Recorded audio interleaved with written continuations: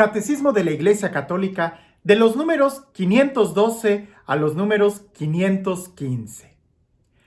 Estamos ya hablando o vamos a iniciar el artículo 3, es decir, Jesucristo fue concebido por obra y gracia del Espíritu Santo y nació de Santa María Virgen.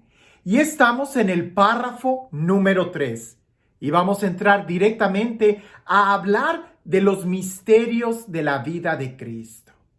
En el número 512 se habla de una manera muy clara o se pone como preámbulo que respecto a la vida de Cristo, el símbolo de la fe, es decir, el credo, no habla más que de los misterios de la encarnación, que son los que hemos estado meditando, es decir, la concepción y el nacimiento de Jesús, y habla también de los misterios de la Pascua, que estos son la pasión, crucifixión, muerte, sepultura, que descendió a los infiernos, resucitó y en la ascensión, que está sentado a la derecha del Padre.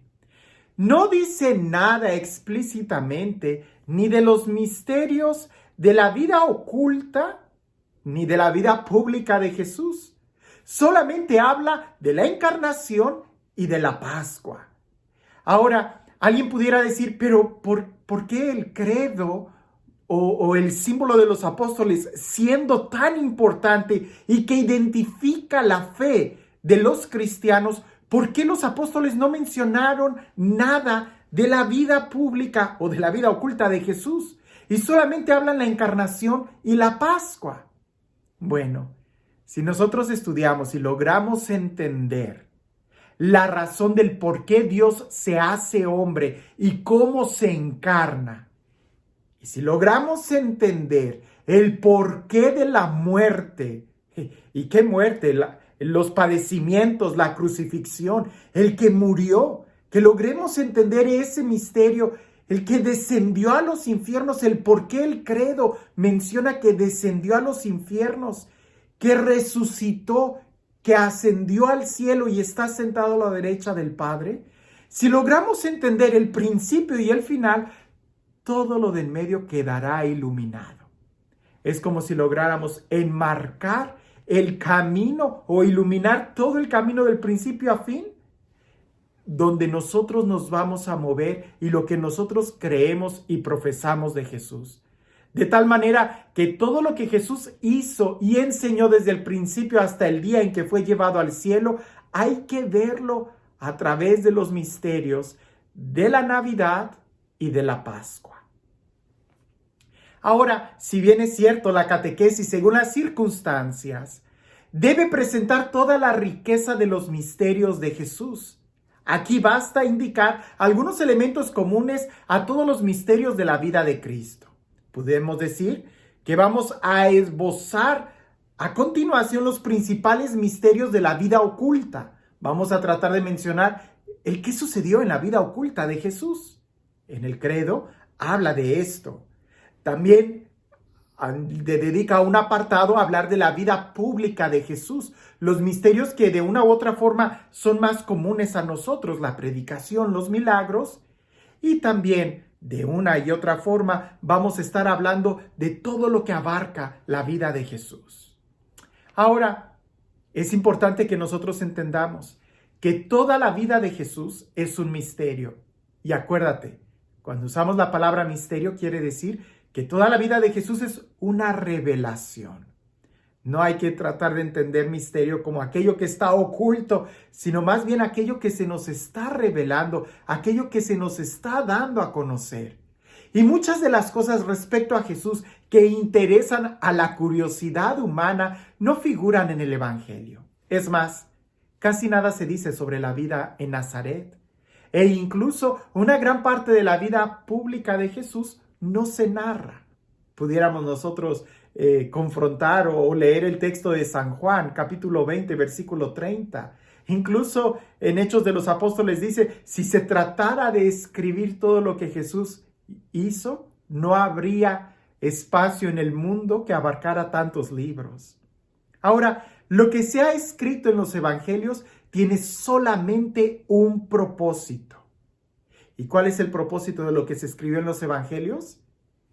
que nosotros creamos que Jesús es el Cristo, el Hijo de Dios, y para que creyendo tengamos vida en su nombre.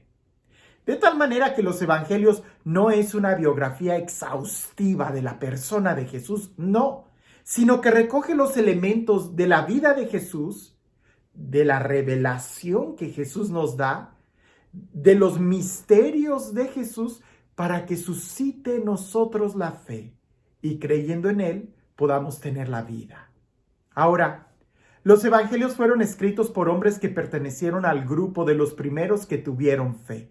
Esto es importante que lo podamos entender, porque muchas de las cosas que se narran en los evangelios tendríamos que ir a aquella época y entender quiénes lo escribieron y a quiénes escribieron para poder captar con mayor claridad quién es ese Jesús que nos están presentando. Ahora, ellos que fueron los primeros en tener la fe y que lo escriben, ellos son los que quisieron compartir con nosotros la experiencia de ellos. Habiendo conocido por la fe quién es Jesús, ellos pudieron ver y hacer ver los rasgos de su ministerio durante toda su vida terrena. Podemos nosotros mencionar casi como de una manera poética, desde los pañales de su Navidad, de su natividad, hasta el vinagre de su pasión y el sudario de su resurrección. Ahora, toda la vida de Jesús es signo de su misterio.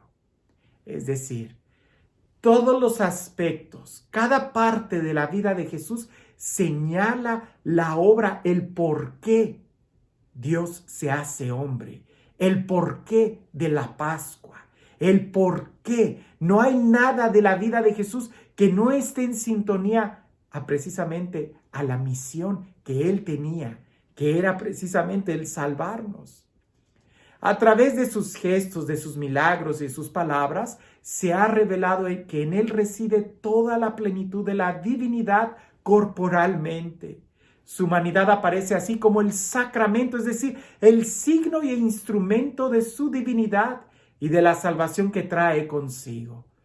Lo que había de visible en su vida terrena conduce al misterio invisible de su filiación divina y de su misión redentora.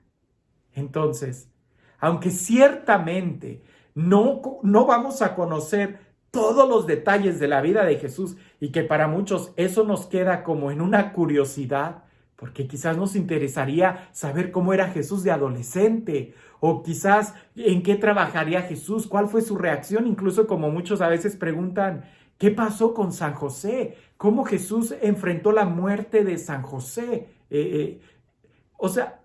Todos esos detalles no los conocemos. Y aunque ciertamente pudiéramos decir, no es que no sean relevantes, sino que lo que conocemos de Jesús es más que suficiente para suscitar en nosotros la fe, para suscitar en nosotros el encuentro con Jesús y conociéndolo y amándolo podamos tener vida en Él. Es como si alguien dijera, es que yo quisiera saber más de la vida de Jesús. Bueno, lee y medita los evangelios. Ahí lo vas a conocer. Y el conocimiento que Dios nos da de Él mismo a través de lo que Él ha querido que nosotros tuviéramos es suficiente. Si no hacemos el esfuerzo por abrir nuestro corazón a lo que está ahí revelado, definitivamente tampoco lo haríamos, aunque tuviéramos miles y miles de libros para leer y que nos explicaran exhaustivamente quién es Jesús.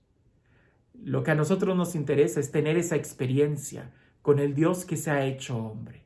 Por eso es de suma importancia que le dediquemos un tiempo a un estudio detenido, que podamos analizar, que podamos entender la Navidad, el por qué Dios se hace hombre, el cómo Dios se hace hombre. Y ya estuvimos hablando del papel que juega María, la Virgen María, en este momento.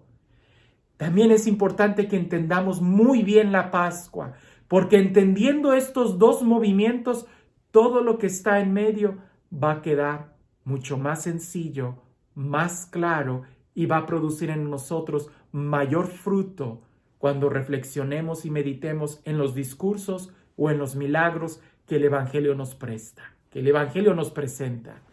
Pero si no entendemos la encarnación, la Navidad, y no entendemos la Pascua, entonces ten la seguridad de que lo que está en medio, los milagros y la predicación de Jesús, tampoco la vamos a entender.